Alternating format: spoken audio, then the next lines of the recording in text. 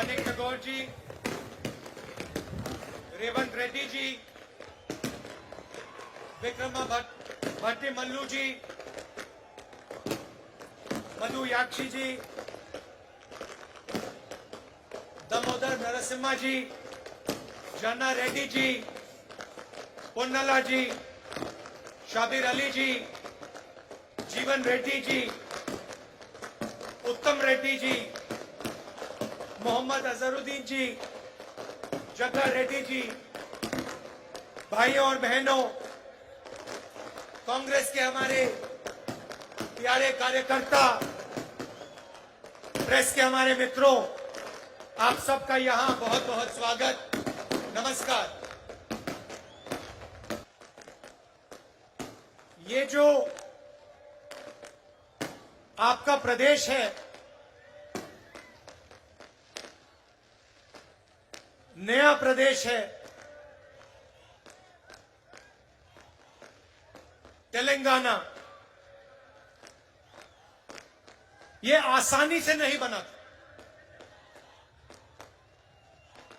इस प्रदेश को बनाने के लिए तेलंगाना के युवाओं ने, तेलंगाना के माता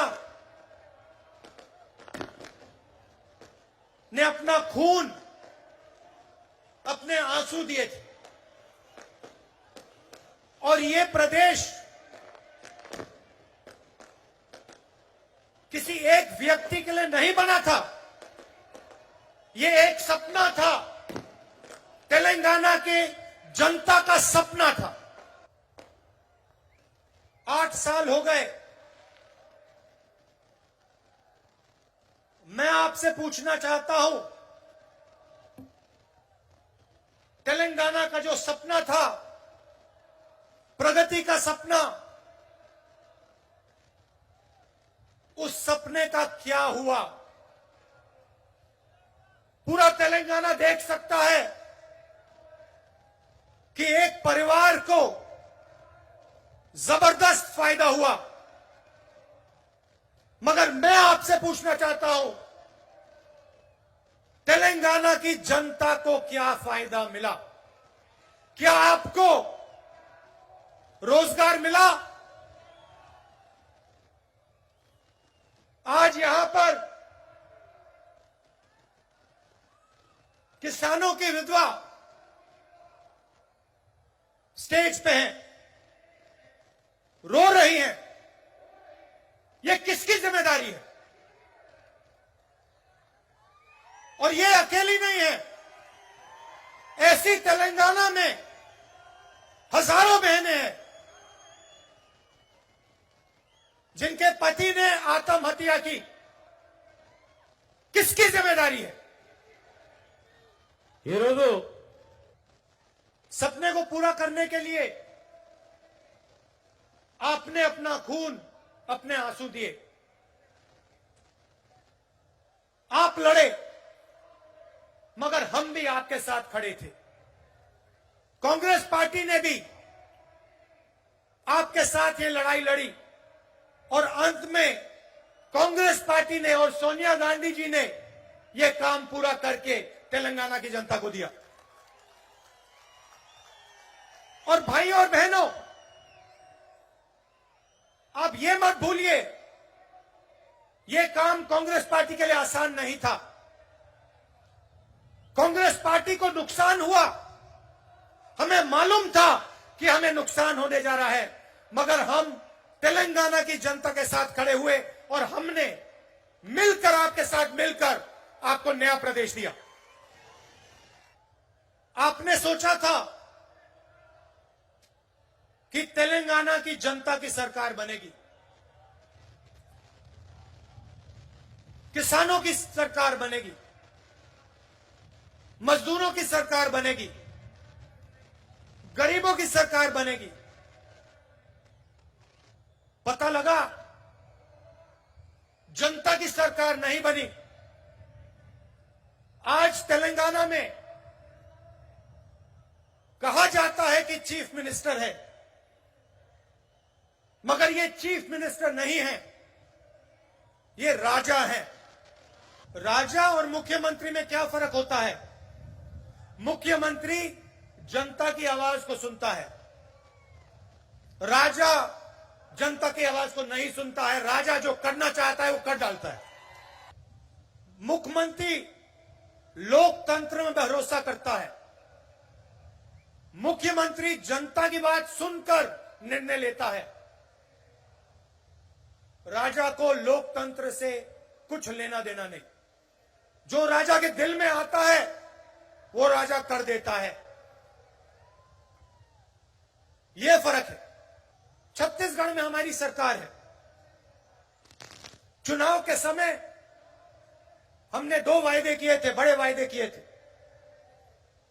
पहला वायदा कि छत्तीसगढ़ के किसानों का हम कर्जा माफ करके दिखा देंगे, और दूसरा वायदा पैडी को हम 2,500 रुपए में खरीदेंगे। किसानों ने हमें कहा कि हमें कर्जा माफी की जरूरत है और हमें 2,500 रुपए आप दीजिए। हमने उनकी आवाज सुनी और आज आप जाइए, छत्तीसगढ़ जाइए और वहां पूछिए धान के लिए क्या दाम मिलता है। पूरा छत्तीसगढ़ का किसान आपको बताएगा कि छत्तीसगढ़ में 2,500 रुपए पर धान मिलता है। आज आपके जो चीफ मिनिस्टर हैं किसानों की आवाज नहीं सुन रहे हैं। 2-3 बड़े उद्योगपतियों की आवाज सुनते हैं, उनके लिए काम करते हैं, मगर किसानों की आवाज नहीं सुनते हैं। और जो छत्तीसगढ़ के किसान ने कहा था वही तेलंगाना का किसान कह रहा है। तेलंगाना का किसान कह रहा है कि मिर्ची के लिए, धान के लिए हमें सही दाम चाहिए और हमारा कर्जा माफ होना चाहिए। छत्तीसगढ़, तेलंगाना के किसी भी किसान को घबराने की जरूरत नहीं है। जैसे ही कांग्रेस पार्टी की यहां सरकार बनेगी वैसे 2 लाख रुपए का कर्जा माफ होगा और आपको सही एमएसपी मिलनी शुरू हो जाएगी। आपको ज्यादा समय रुकने की जरूरत नहीं है। आप घबराइए मत, डरिए मत। ये काम कुछ ही महीने में कांग्रेस पार्टी करके आपको दे देगी। ये खोखले शब्द नहीं है, ये तेलंगाना के सपने को पूरे करने का पहला कदम है। किसानों की मदद, किसानों की रक्षा के बिना तेलंगाना का सपना पूरा नहीं हो सकता है। अभी हमने वरंगल डिक्लेरेशन किया और उसमें हमने तेलंगाना के किसानों से वायदे किए। मैंने कर्जा माफी की बात की, एमएसपी की बात की, 15,000 रुपए प्रति एकड़ डायरेक्ट बेनिफिट हम किसानों को देने जा रहे हैं। और रेवंत जी ने पूरा डिक्लेरेशन पढ़ा। यह सिर्फ एक डिक्लेरेशन नहीं है, यह किसानों के लिए कांग्रेस पार्टी की गारंटी है। तेलंगाना के हर किसान को यह डिक्लेरेशन पढ़ना चाहिए। और जब आप इस डिक्लेरेशन को पढ़ेंगे आप यह बात याद रखिए कि इस डिक्लेरेशन का हर शब्द कांग्रेस पार्टी की गारंटी है। और यह हम इसलिए कर रहे हैं क्योंकि हम जानते हैं कि अगर किसान कमजोर रहेगा तो तेलंगाना का सपना पूरा कभी नहीं हो सकता है। क्योंकि किसान ही इस प्रदेश की नींव है, फाउंडेशन है। मैंने पहले आपसे सवाल पूछा था कि तेलंगाना के साथ धोखा किसने किया। तेलंगाना का जो सपना था उससे किसने धोखा किया? तेलंगाना से हजारों करोड़ रुपए किसने चोरी किए? उस व्यक्ति का नाम क्या है? नहीं, सुनाई नहीं दिया, फिर से बोलिए, क्या नाम है उसका? तो आप एक बात अच्छी तरह समझ लीजिए और कांग्रेस का हर नेता, हर कार्यकर्ता इस बात को अच्छी तरह समझे। जिस व्यक्ति ने तेलंगाना के साथ धोखा किया है, जिस व्यक्ति ने तेलंगाना से चोरी की है, जिस व्यक्ति ने तेलंगाना के सपने को नष्ट किया है, उसके साथ कांग्रेस पार्टी का कोई समझौता नहीं होगा।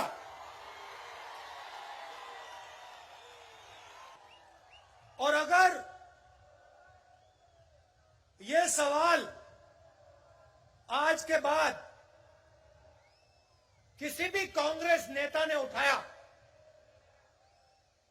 उसको हम कांग्रेस पार्टी से बाहर कर देंगे।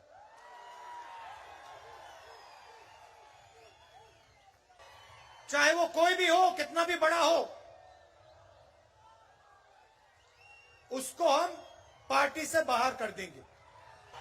आप अगर किसी भी कांग्रेस पार्टी के नेता को टीआरएस से समझौता करना है, तो या वो टीआरएस में चला जाए या फिर बीजेपी में चले जाए।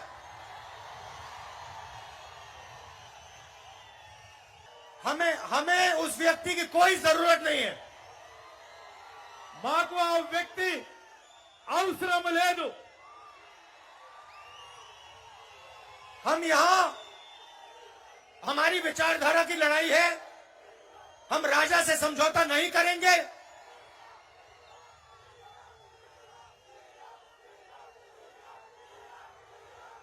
हम टीआरएस को चुनाव में हराएंगे। टीआरएस को चुनाव में हराएंगे और सीधी कांग्रेस पार्टी और टीआरएस की लड़ाई होगी। और एक बात और याद रखिए, जिस व्यक्ति ने तेलंगाना के सपने को नष्ट किया और तेलंगाना के किसानों से, मजदूरों से, युवाओं से लाखों करोड़ रुपए चोरी किए, उसको हम माफ नहीं करने वाले हैं। और चुनाव के समय जब टिकट का सवाल उठेगा, और ये सब नेताओं को अच्छी तरह बात सुननी चाहिए, जब चुनाव के समय टिकट की बात उठेगी, तो जिस व्यक्ति ने जनता की लड़ाई लड़ी होगी, उसी को मेरिट बेसिस पे टिकट मिलेगा। चाहे आप कितने भी बड़े हो,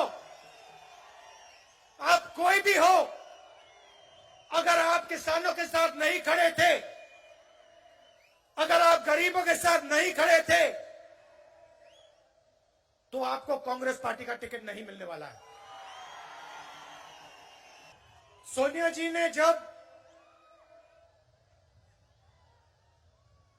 तेलंगाना आपको दिया, उसके पीछे एक सपना था। तेलंगाना की जो आवाज थी, उसको सुनकर सोनिया जी ने आपको प्रदेश दिया था। और प्रदेश इसलिए दिया था क्योंकि वो चाहती थी कि जो आपका तेलंगाना का सपना था वो पूरा हो।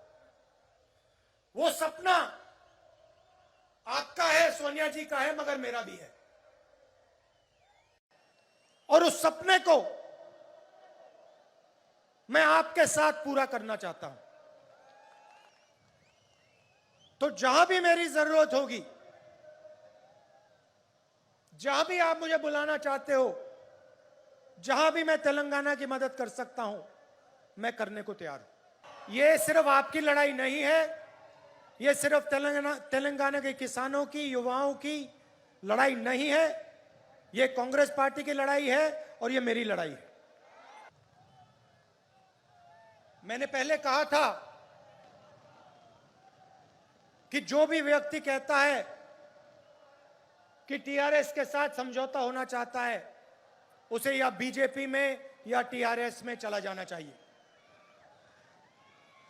क्योंकि समझौता अगर है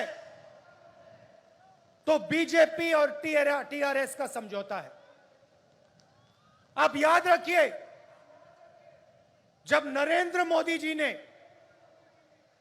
3 काले कानून पार्लियामेंट में पास किए थे, तो टीआरएस के नेता क्या कह रहे थे? बीजेपी जानती है कि वो तेलंगाना को डायरेक्टली रूल नहीं कर सकते।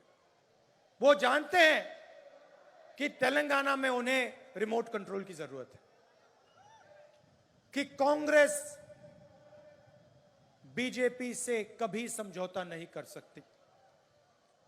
इसलिए बीजेपी चाहती है कि तेलंगाना में टीआरएस की सरकार रहे।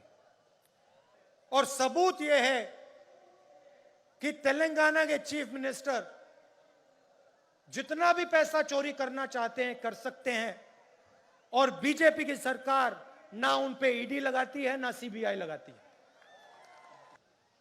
ये रैली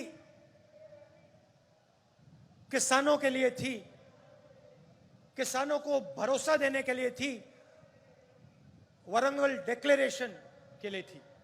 हम चाहते थे कि तेलंगाना के किसानों को मालूम हो कि कांग्रेस पार्टी एक साथ उनके साथ खड़ी है और उनकी पूरी मदद करने जा रही है। ఈరోజు ఇంత పెద్ద బహిరంగ సభ కలుపుకున్నాం। किसानों को हमने इसलिए मैसेज दिया क्योंकि वो इस प्रदेश की नींव है, फाउंडेशन है। अगली रैली में हम आदिवासियों को ऐसा ही मैसेज देना चाहते हैं, और उनकी जो लड़ाई है 10% रिजर्वेशन की जो लड़ाई है, उसमें हम उनकी पूरी मदद करने जा रहे हैं।